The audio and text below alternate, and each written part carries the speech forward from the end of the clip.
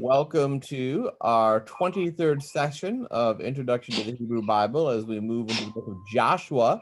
I'm going to go ahead and mute all of you as well, just to cut out any background noise that might come up. But if you want to talk, feel free to unmute yourself. And if you do that too much, I'll just mute you permanently.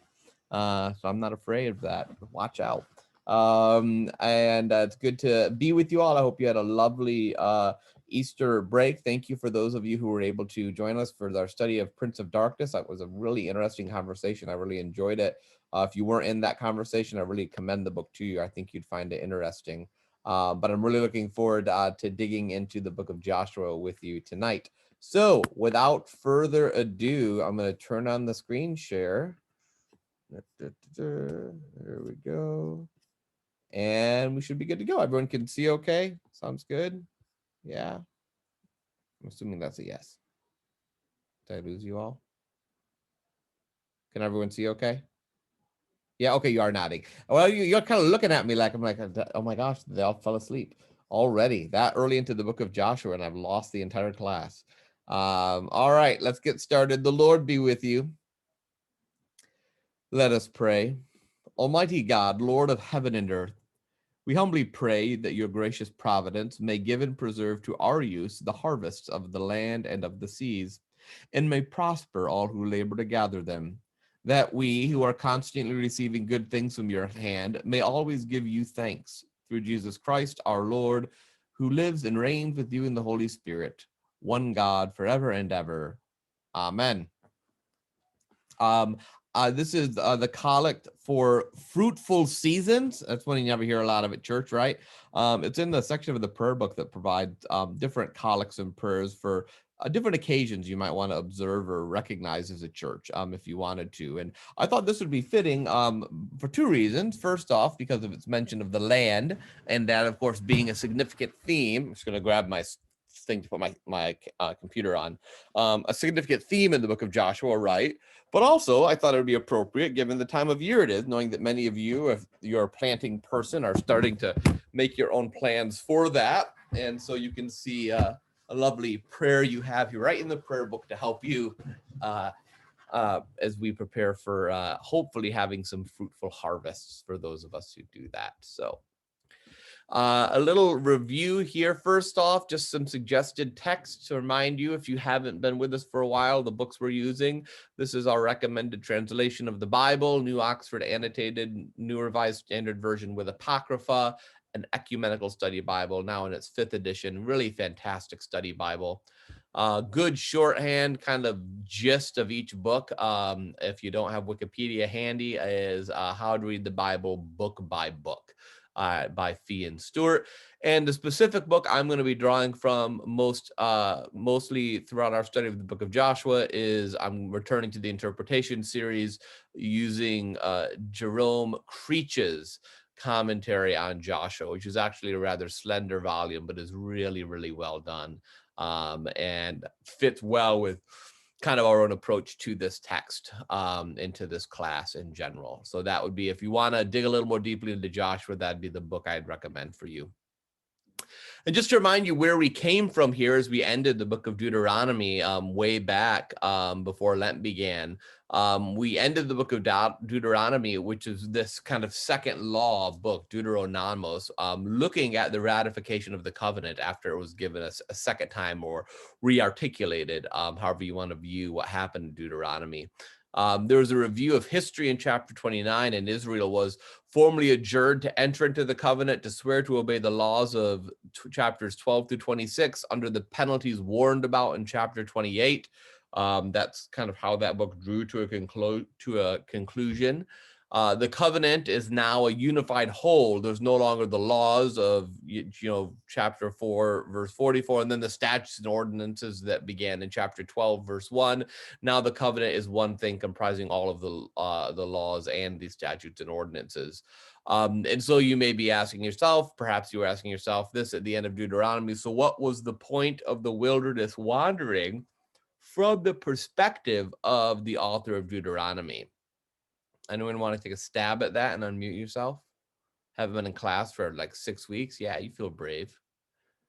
Point of the wilderness wandering was it was a time to know the Lord and to understand, to grow and to understand the covenant and the relationship you have with God. That was the point of the wilderness wandering, as it is described in Deuteronomy. And then it ended. Excuse me. Yeah, go ahead. Did it say that somewhere, or someone had a revelation that it was to know the Lord better?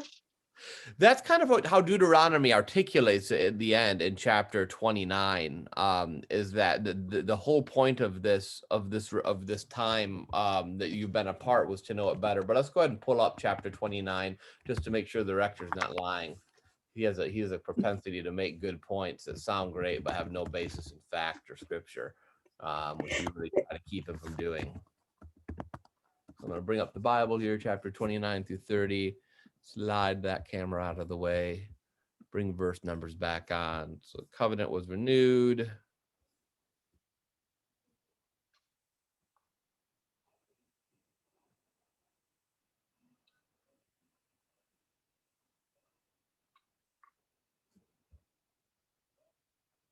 So this is not something explicitly said in chapters 29 through 30 as I'm looking at it. Rather, this was the commentator's interpretation. That what had happened, everything leading up to this is this long didactic history that is it kind of charts it out again. That the whole point was for them to know God, and to know that God is the one who will forgive. God is also the one who will punish. And that God is the one who will circumcise their hearts. And if they love God, God will care for them. And so they need to choose whether they will choose this God they've come to know over the course of their history, or if they will choose not to follow this God that they know. Does that make more sense, Barbara? Yeah. Yes. Good question. Thank you. And then, and I've got a question in the chat as well. Let me see. It might be Barbara's. My audio is my audio still cutting out? No? Okay. I did move I got a note saying my internet connection was unstable. So I moved my laptop a little bit closer to the stairs to hopefully get a better Wi-Fi connection. So if it does cut out again, please let me know. Thanks for letting me know that, Catherine. The other thing we've got going on here is after that section, then we got the conclusion and the command in the final chapters. Originally, likely two separate conclusions that are joined here by the editors of Deuteronomy. There's an announcement of Moses' death, if you recall, from Numbers 27, that's repeated here and then is joined to the actual narrative of his death in Deuteronomy 34. And remember, there's this great line where God basically says to Moses, "You shall die." And it's actually the imperative. He's telling him to die. This point being that Moses lives and dies by the command of God.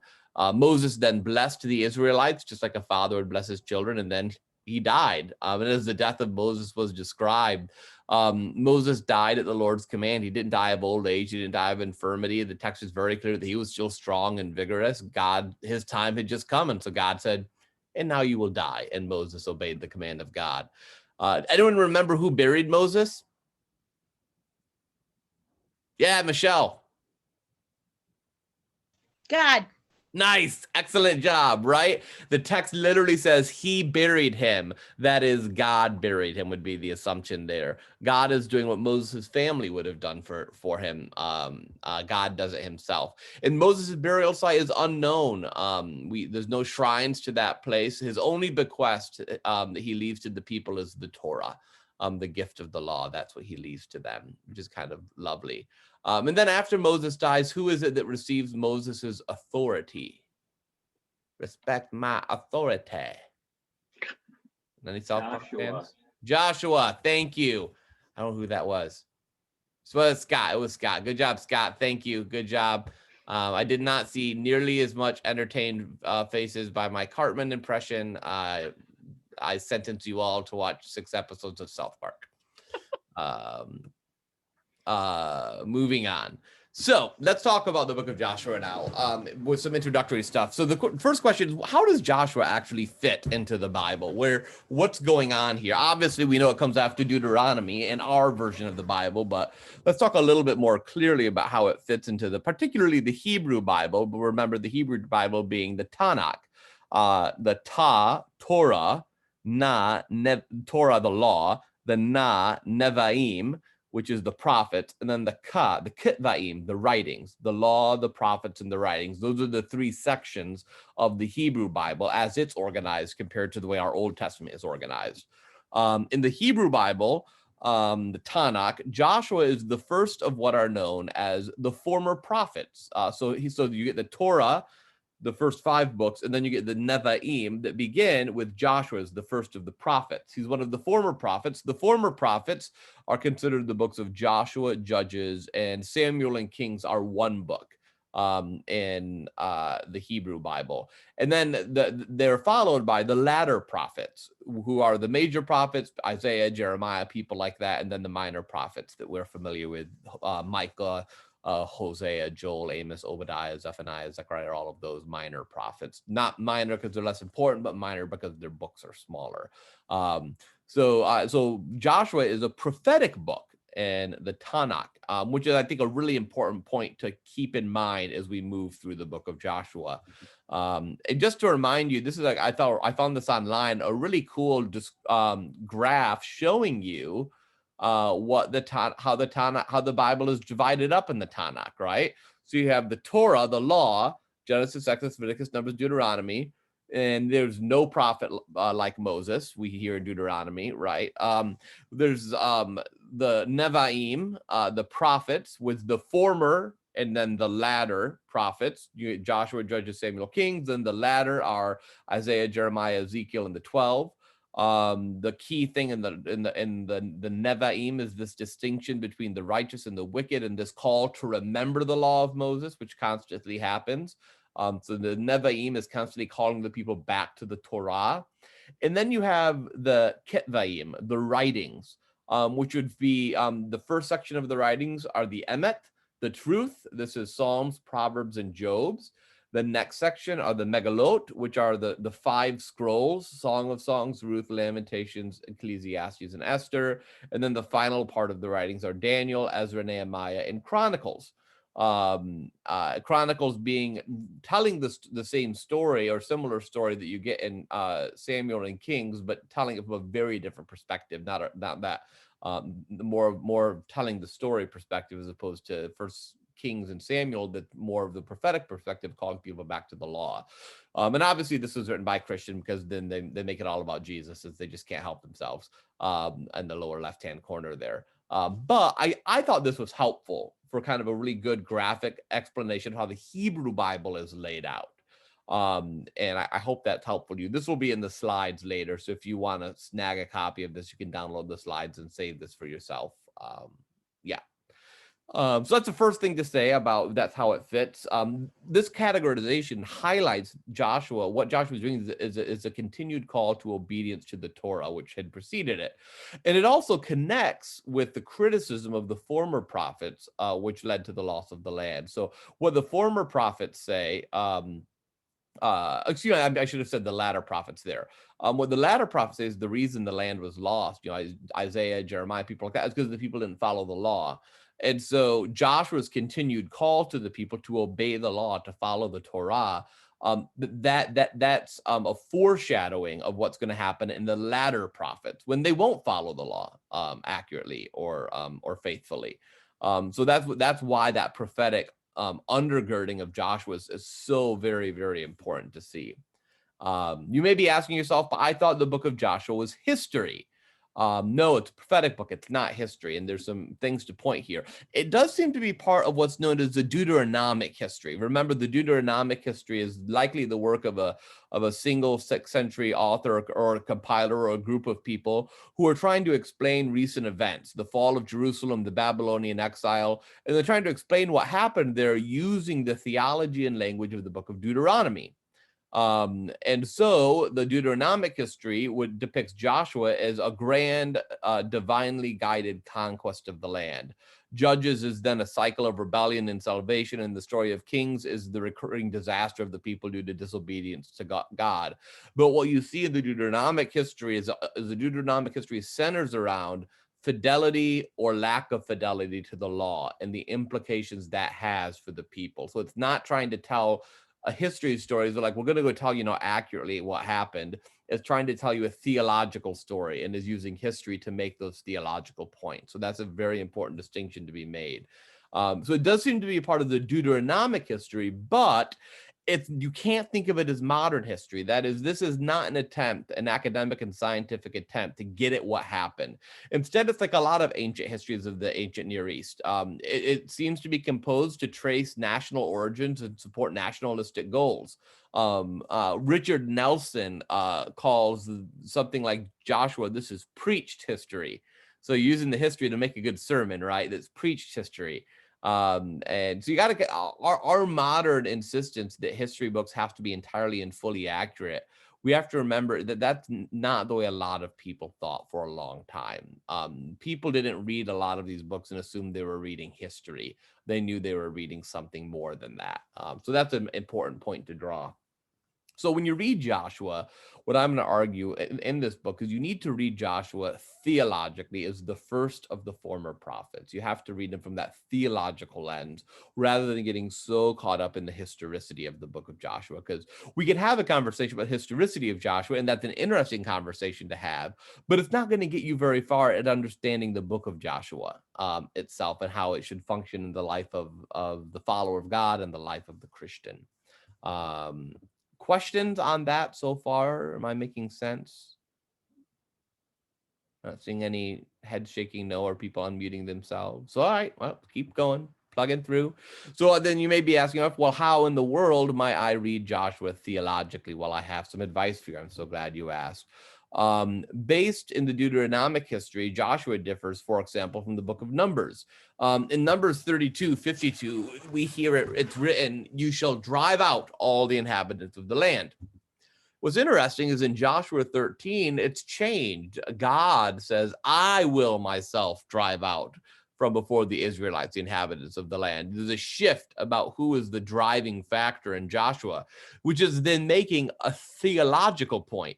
Because in Joshua, it is God's power that wins battle. Warfare becomes ritual for the Israelites. When Jericho falls, they don't, figure out a plan to enter into the city and find ways to subvert the fortified walls and send, there's no battle plans. They're marching around in a liturgical procession and blowing trumpets, and God makes the walls fall down. That's huge, hugely, big, how do you say that? That's a big exaggerated example, but that's the nature of warfare as it exists in the book of Joshua. It's ritual, it's liturgy, as God is the one who brings about victory in these battles. God is the driving factor. So that's the kind of, when you're reading it theologically, that's the sort of thing you want to notice. Reading the book theologically also helps us understand the ban in Joshua. And the big issue in the ban in Joshua for a lot of people is what's known as the ban. And this is God's command that everything conquered, men, women, children, possessions, must be utterly destroyed, very likely as a burnt offering. Nothing can remain. Everything must be utterly destroyed. And that word often translated as utterly destroyed is a kerem in Hebrew, and is known as the ban. This is the ban of the book of Joshua. And it's very troubling, right? It's very troubling to read, particularly as modern people who have experienced so much horror and genocide in our own time. But if you try to read the book theologically, I think you can start getting a bit at what's going on here. So the devoted things are excluded from the ban, you'll notice. They're given to God instead as a recognition that victory was God's gift. The ban is also sacrifice. It's sacrifice in the sense the people don't get the spoils from the conquest. They're not plundering the city and getting rich off of it. They're destroying it all. Why would no military commander would have you destroy a city and not take plunder from the battle? That's, you need the plunder from the battle to make it worth it for your soldiers, to help build your own nation. So there's a sacrifice on the part of the people by refusing to take even spoils from the war. It's also justice, because of course the whole war is framed as due to the wickedness of the Canaanites. So Walt Brueggemann's got a great point. He says the point of the ban is not that Israel shouldn't possess, but that Israel should not be seduced. that if they take spoil from this war, they will be seduced into thinking they are the ones winning this war as opposed to God. If they don't kill everyone, all of these wicked, evil, oppressive people, then they will be drawn into those wicked, idolatrous, and oppressive ways. And so they must not do that. They must not do that. Um, this also begins to make the stories of Rahab and the Gibeonites very provocative stories, because for a book that's all about utterly destroying everyone, what do you do when they enter the first city? They encounter a Canaanite and they save her and her family. They're already violating the ban. But that doesn't seem to be a problem in the book of Joshua. And then later, the Gibeonites are protected in chapter 9. Why are the Gibeonites protected?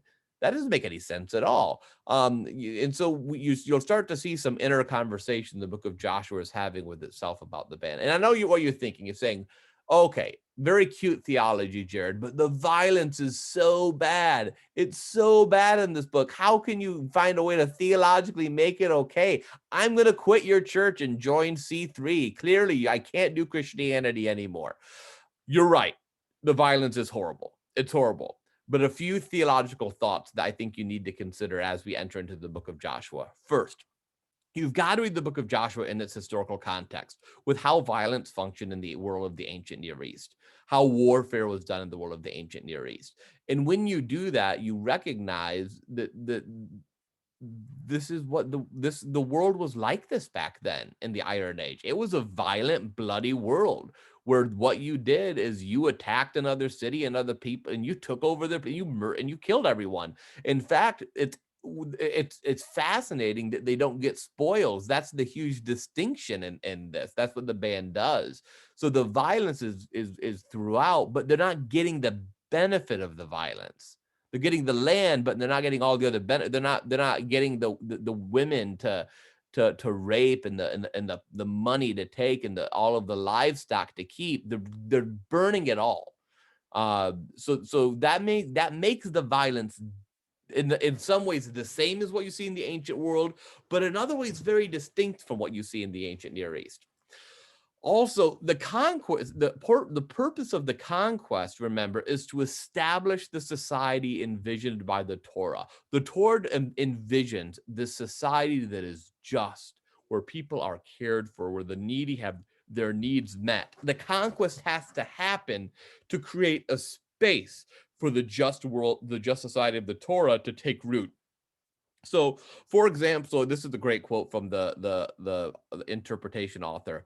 If the Israelite conquest was in part, as some scholars think, a revolt against oppressive Canaanite kings, it was an effort to establish justice in the contemporary sense of the term. So think of it this way: what a lot of scholars think is that the Hebrew people that did this conquest of the land did not wander for 40 years in the desert and then invade the land, but that in actuality, maybe some of them had been slaves in Egypt for a period, but this is probably a nomadic people, a nomadic, small, oppressed people who is constantly oppressed by these violent Canaanite regimes. And through the power of God, as they retell this story, they overthrew those violent Canaanite regimes in order to establish a place of justice, of God's justice in the world. That's what's going on here from a theological standpoint, right? And so and also pay attention, the genocide didn't actually ever seem to happen. There's no archaeological evidence that there was wholesale genocide in the ancient Near East in the Iron Age. Instead, these are the old stories of a small oppressed people. And interesting, what they're doing is they're mimicking the might of the mighty empires that oppress them, but attributing that might to God. So this utter destruction stuff, that's what Assyria and Babylon do when they roll on through. So what they're doing is they're saying, back in the day, we had that kind of power too, that we rolled through this land and utterly destroyed everyone, but it wasn't us who did it. It was our God. So they're making a theological statement about the power of their God and saying that their God is just as powerful, if not more, than the mighty Assyrian and Babylonian nations. And because of that, they can have hope in exile that their God will free them from this exile, because their God enabled them to overthrow the violent, oppressive regimes of the Canaanites, and their God will indeed enable them to overthrow the shackles of the exile and to come back home. That theologically, that's what the book of Joshua is trying to argue. And then as well, like I said, the book of Joshua is uncomfortable with the band. And if you go to Joshua chapter 11, verse 9, it seems to indicate that some towns were even offered peace. And so the only towns that were destroyed were those that didn't accept peace. And the point being that almost none of the cities in Canaan were willing to accept peace from the Hebrew people. So that seems to be a part of the story as well, as the story was slowly developed. Finally, let's not forget that the U.S. and the Western world have claimed more lives through warfare in the 20th century than these ancient civilizations. So I think we need to be a little humble before we wag our finger at those naughty ancient people. They don't have the corner on warfare and violence. So, you point the finger, there's always three pointing back at you. Is this helpful to anyone? Thoughts, comment? We'll dig into this much more as we move through Joshua, but I wanted to frame some of this for you theologically before we get there. Yeah, Nancy. So is Joshua and what happens in this book what gives people the sense today that Israel, what's happening in Israel is appropriate, and the Palestinians have no business being there, or is that not part of this? It's a part of, that's not just part of Joshua, that's a part of the Abrahamic covenant, the promise of the land, which is so central to the Jewish faith. Where Joshua comes into it is this idea you have in modern Judaism that the Palestinians are a wicked people. And so what you do have, and so what we have to be careful about doing is aligning modern Zionist readings of Joshua and how they view the Palestinians, and aligning that with what was going on in the ancient world with the Canaanites, because we know nothing about the Canaanites other than what we are given in this book. So what does this book's depiction of the Canaanites as a ruthless and violent people? Was that their own racism at the time talking? I don't know. Were they actually a violent and oppressive people? We just can't know that for sure. But I think you are right that there is a good criticism to be made that people that use Joshua and start leveling those same claims, that the Palestinians, I've heard this from modern Israelis when I've been over in the Holy Land, that the Palestinians are a violent and aggressive and wicked people that need to be stamped out. And that's the farthest thing from the truth in my experience with the Palestinian people. And so I think you're right, Nancy, that people do reach into Joshua to make that okay today. But the fascinating difference is in Joshua, God is the one bringing about this victory, not the people. And today the people are bringing it about and ascribing it to God on their own. So and also they're very clearly comfortably taking all of the spoils of the Palestinian people. they're not they're not trying to get rid of the Palestinians to create a holy and just society. They're very comfortable getting the spoils of this ongoing conflict. So I think that people do reach into Joshua, but I think that they're doing a real violence on the text, no pun intended, when they do. Good point. Other thoughts, questions? All right, let's dig a little bit deeper and actually get into the book itself. And what we're going to do is we're going to read chapter 1 of the book of Joshua. Stop it. I just accidentally put my computer to sleep. All right, so let me go back here. Slide this over here and go to Joshua 1. So, after the death of Moses, the servant of the Lord spoke to Joshua, son of Nun, Moses' assistant, saying, "My servant Moses is dead. Now proceed to cross the Jordan, you and all this people, into the land that I am giving to them, to the Israelites. Every place that the sole of your foot will tread upon, I have given you, as I promised to Moses. From the wilderness in the Lebanon, as far as the great river, the river Euphrates, all the land of the Hittites to the great sea in the west shall be your territory. No one shall be able to stand against you all the days of your life. As I was with Moses, so I will be with you. I will not fail you or forsake you. Be strong and courageous, for you shall put this people in possession of the land that I swore to their ancestors to give them.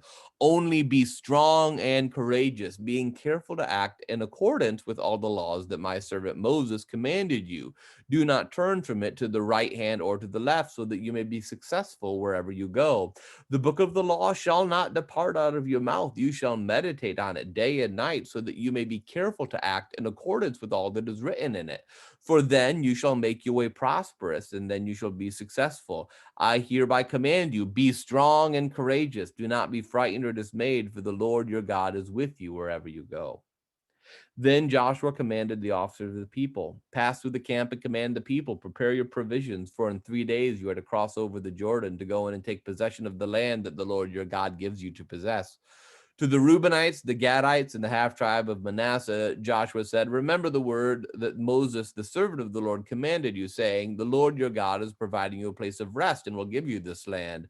Your wives, your little ones, and your livestock shall remain in the land that Moses gave you beyond the Jordan.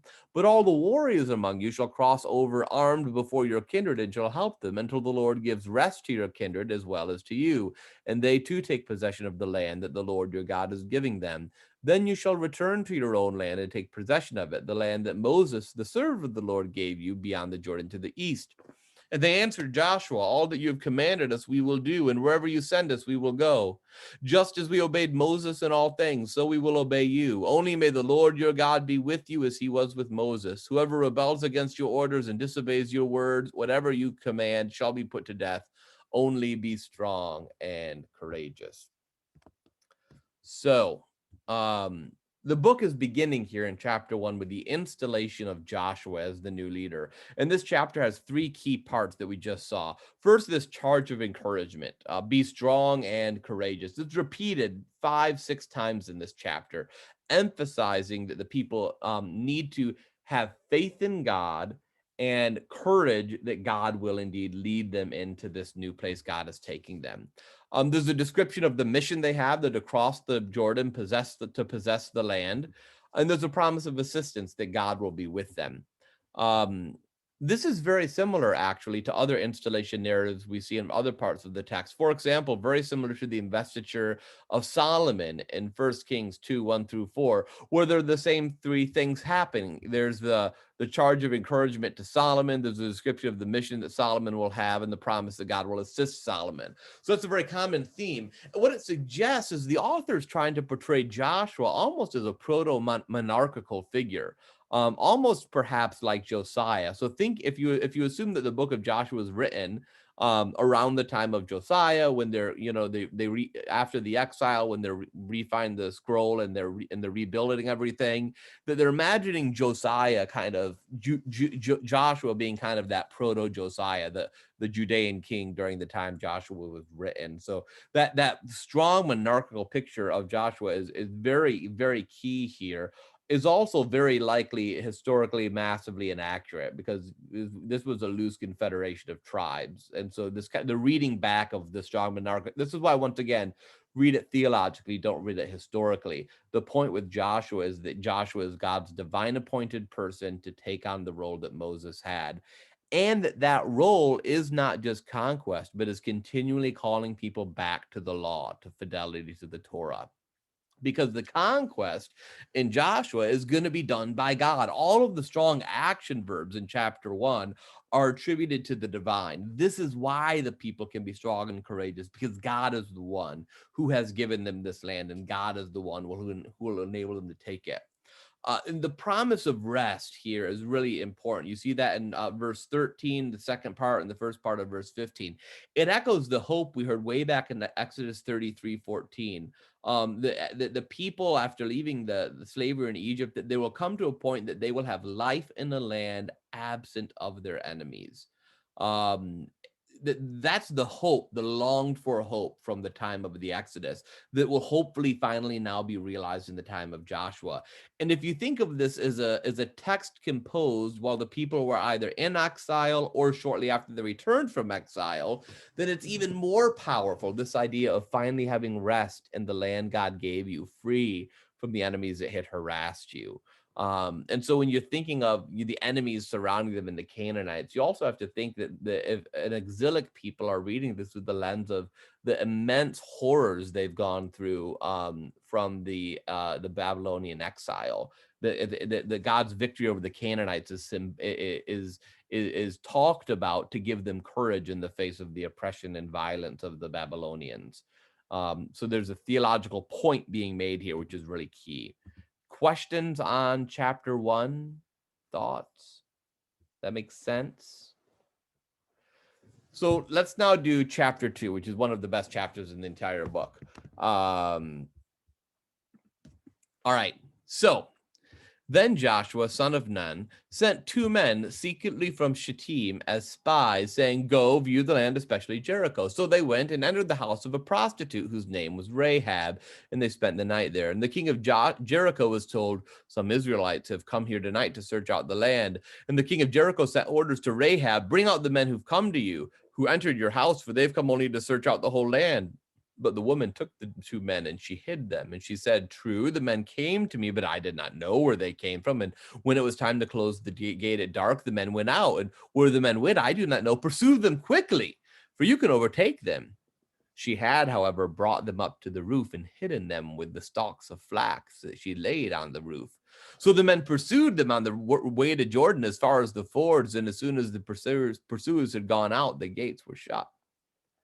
Before they went to sleep, she came up to them on the roof and said to the men, "I know that the Lord has given you this land, and that dread of you has fallen on us, and that all the inhabitants of the land melt in fear before you. For we have heard how the Lord dried up the water of the Red Sea before you when you came out of Egypt, and what you did to the 2 kings of the Amorites that were beyond the Jordan, to Sihon and Og, whom you utterly destroyed. As soon as we heard it, our hearts failed, and there was no courage left in any of us because of you. The Lord your God is indeed God, in heaven above and earth below. Now then, since I have dealt kindly with you, swear to me by the Lord that you in turn will deal kindly with my family. Give me a sign of good faith that you will spare my father and my mother, my brothers and sisters, and all who belong to them, and deliver our lives from death." The men said to her, "Our life for yours. If you do not tell this business of ours, then we will deal kindly and faithfully with you when the Lord gives us the land." Then she let them down by a rope through the window, for her house was on the outer side of the city wall, and she resided within the wall itself.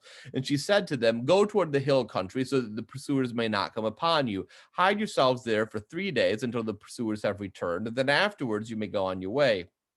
The men said to her, "We will be released from this oath you have made us swear to you if we invade the land, and you do not tie a crimson cord in the window through which you let us down, and you do not gather into your house your father and mother, your brothers, and all your family. If any of you go out of the doors of your house into the street, they shall be responsible for their own death, and we shall be innocent. But if a hand is laid upon any who are with you in the house, we shall bear the responsibility for their death. But if you tell this business of ours, then we shall be released from this oath that you made us swear to you." And she said, "According to your word, so be it." Then she sent them away, and they departed. Then she tied the crimson cord in the window. So this is the great story of Rahab the prostitute. Note, the only person in this chapter whose name is given is Rahab. We don't know the names of the king of Jericho. We don't know the names of the 2 spies who she hides. The only person named is Rahab. And some scholars think that her name is actually a slur. The word for the cognate, the base word for Rahab is a word that means to open wide or to let something in. So they think it could even be a slur for the work of a prostitute. But her name, that makes her name being highlighted here even more important. Not only is she named, but she's very clever in hiding the spies and striking a deal to save her family. The text says she's a prostitute. It could be that what was very common is that people were forced into prostitution to save their family from debt or some other form of oppression. So if you're thinking that maybe what's going on in Joshua is this is not a story so much of conquest as it is of liberation, then this is an example of that Rahab was a Canaanite, but she was under the oppression of the people. So if they're supposed to utterly destroy everyone, why God never says, well, except for people that help you when you're a spy. You don't have to destroy those. God says everyone. But clearly the people have no problem excusing saving Rahab. And so maybe it's not actually everyone that God wants to have destroyed. Rahab is also the most theologically aware person in this story. She not only confesses God's sovereignty, and she's the first person to use the ban, utterly destroy that harem. To you in verse 10, she's the one who uses it. She says, you did that to Og and Sihon. So she knows of the ban, she's seen it happen, and she's affirming the ban even as being something that she knows is the will of God. What Rahab has done is she says, will you, I need you to pay me back for the kindness I've given you. That word translated as kindness is chesed, which is the word for steadfast love or covenant loyalty in the Hebrew Bible. So it's not that she's been nice to them, it's that she has been loyal to them in the way you would according to the covenant. And therefore, she hopes that same faithfulness is what she will receive in return. Rahab is a person who's not only theologically astute, but is a person who is living and operating according to the covenant that God has already established, even though she never claims Yahweh for her God. There's no evidence that she converts or that she's a proselyte, but she does affirm the sovereignty of the God of Israel, even though she calls it your God. The story highlights the fact that right here at the beginning, implementing the ban is going to be much more difficult and complex than Deuteronomic law indicated it would. Already at the very beginning, we're seeing a level of unsettledness with the ban. So the point of this chapter 2 story, first off, this is actually not a spy story. People always talk about it as a spy story. If you notice, the people don't spy. The farthest they get is Rahab's house, right at the wall of the city. They didn't see anything. And we're also not told what they're doing in this prostitute's house. If they were truly just happened to go in there, or if they're, were sent to be spies and got distracted by the pretty Canaanite prostitute. We don't know. But these spies are worthless as spies. They didn't see anything. Rather, this text is most likely an etiological text. It's trying to explain why some Canaanites remained in the land and why that's not bad. And we see that later in chapter 6. And I'm going to flip there real quick just to show you when Rahab returns to this story.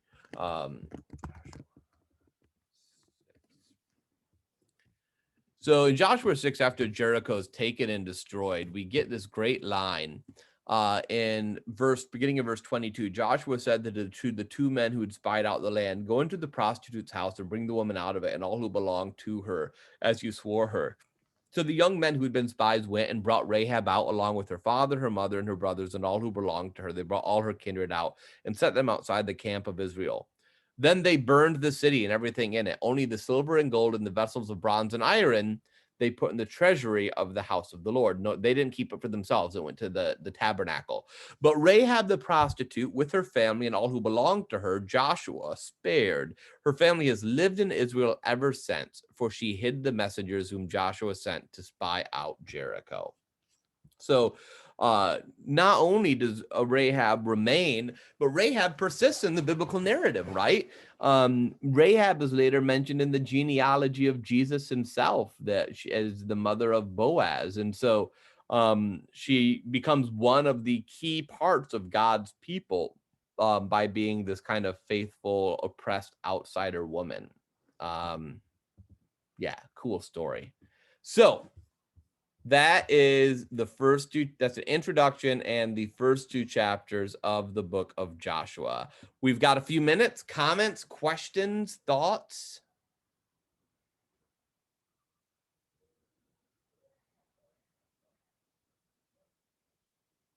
Wow, it was that bad. Jeez, I'm sorry. I'm so sorry. Well, I hope I really I hope that this is we do the reading. I wanted to give you a lighter amount of reading, not only because I didn't tell you about it until this afternoon, but also because I really wanted to try to lay some foundation so that when we do more reading in the next few weeks as we work through Joshua, you'll hopefully start to see some of the theological framework in this book. Because what's really unfortunate is Joshua is a really ignored book in the Hebrew Bible because people are embarrassed by it. It shows up very rarely in the lectionary, and when it does show up, it almost never describes any of the actual conquest or the battles at all. And I really think that by not being theologically attentive to the book, we're missing out on an opportunity to learn some really important things that the book can teach. Yeah, Nancy, I think I saw you raising a hand. Well, thank you for the explanation. That foundation is really helpful. But in chapter 1, where it describes the land that God is giving them, and it's from the wilderness and the Lebanon, as far as the great river, the river Euphrates. Did Israel ever get that big? Yeah, let me go ahead and bring up a map to show you.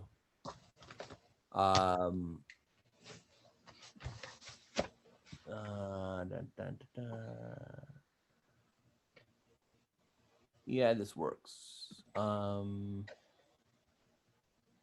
Yeah, I'll do this one. All right, 1 second. Let me save this file. And let me open the file. And then let me screen share.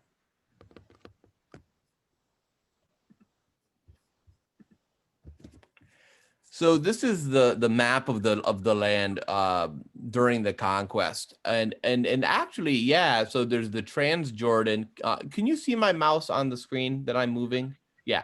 So there's the Transjordan here, which winds up being occupied by the 2 tribes, and then the half tribe of oh gosh, the name's escaping. Manasseh. Thank you, Manasseh.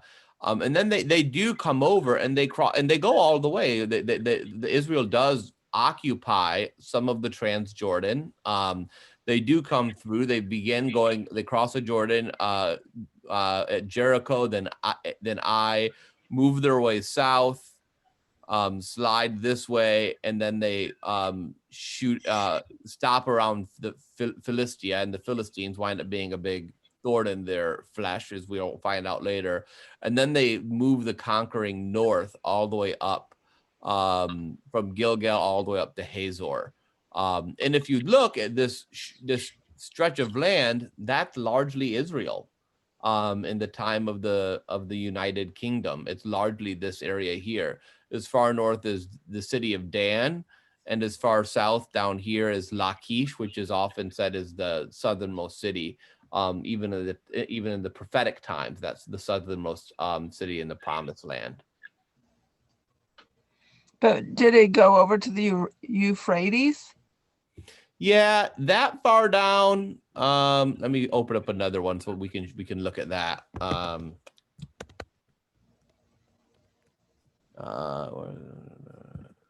Here we go. This works.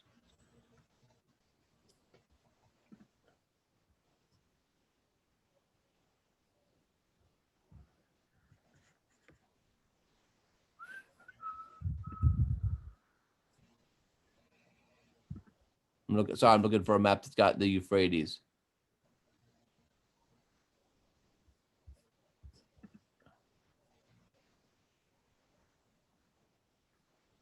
This is a good one.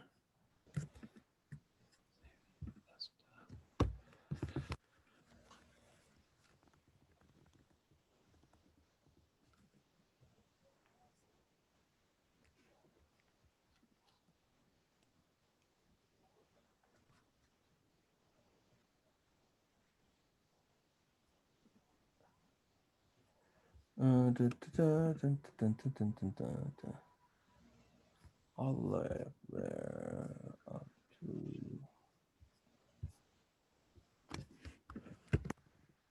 I'm just also trying to pull up a map to show where the Euphrates is, just to give people a sense of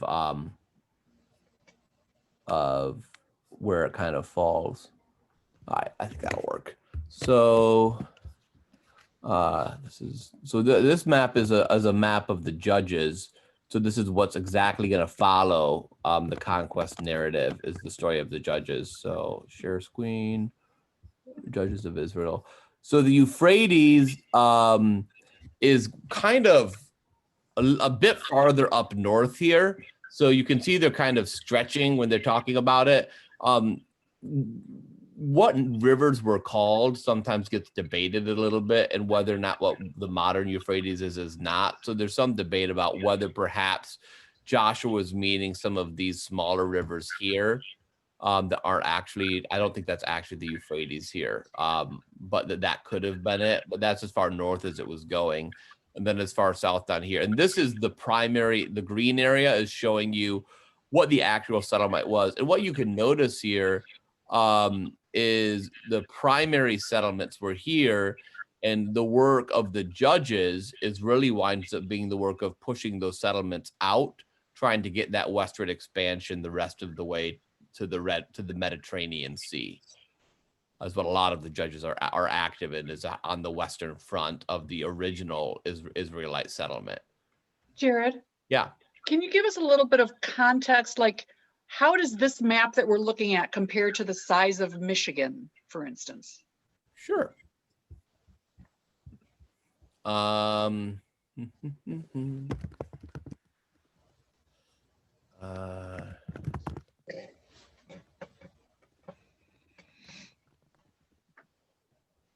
So let me zoom out here.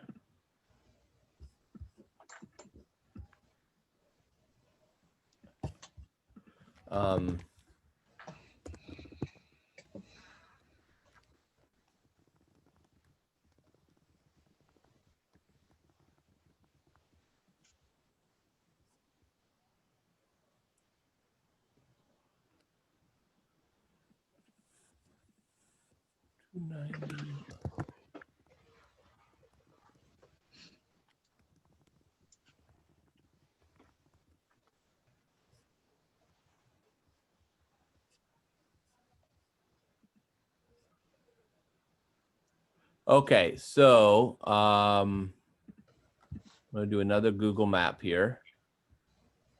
Stop it, go away.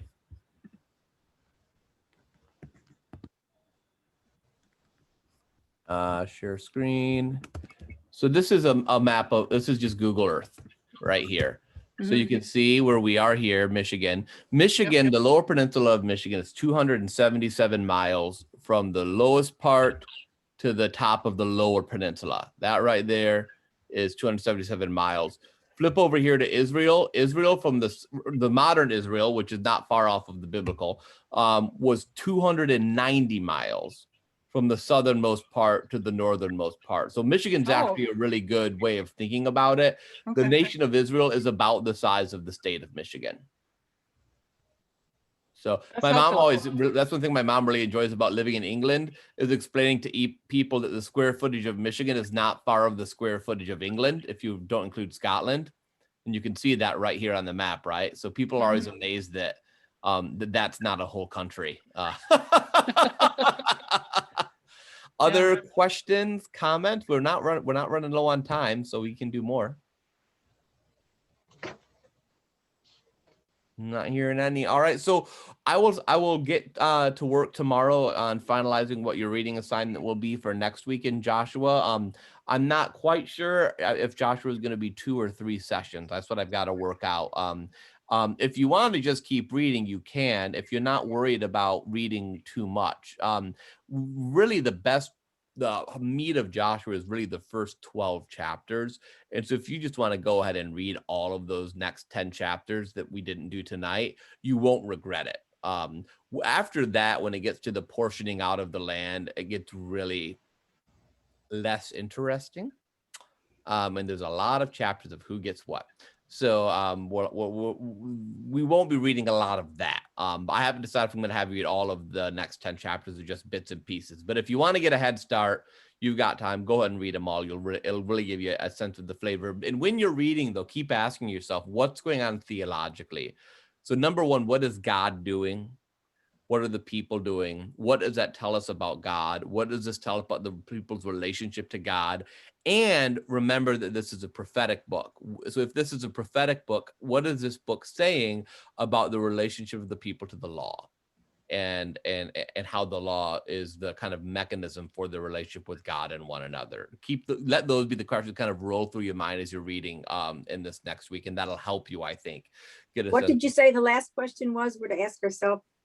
Oh, so what's the relationship of how's the law functioning as well? You know, if this is a prophetic book that's calling the people back to the law, how is what's happening in this book, you know, mediating that connection to the law and the way the law connects them to God, and the way the law also connects them to one another. And I'll try to remember to include that in the email tomorrow too.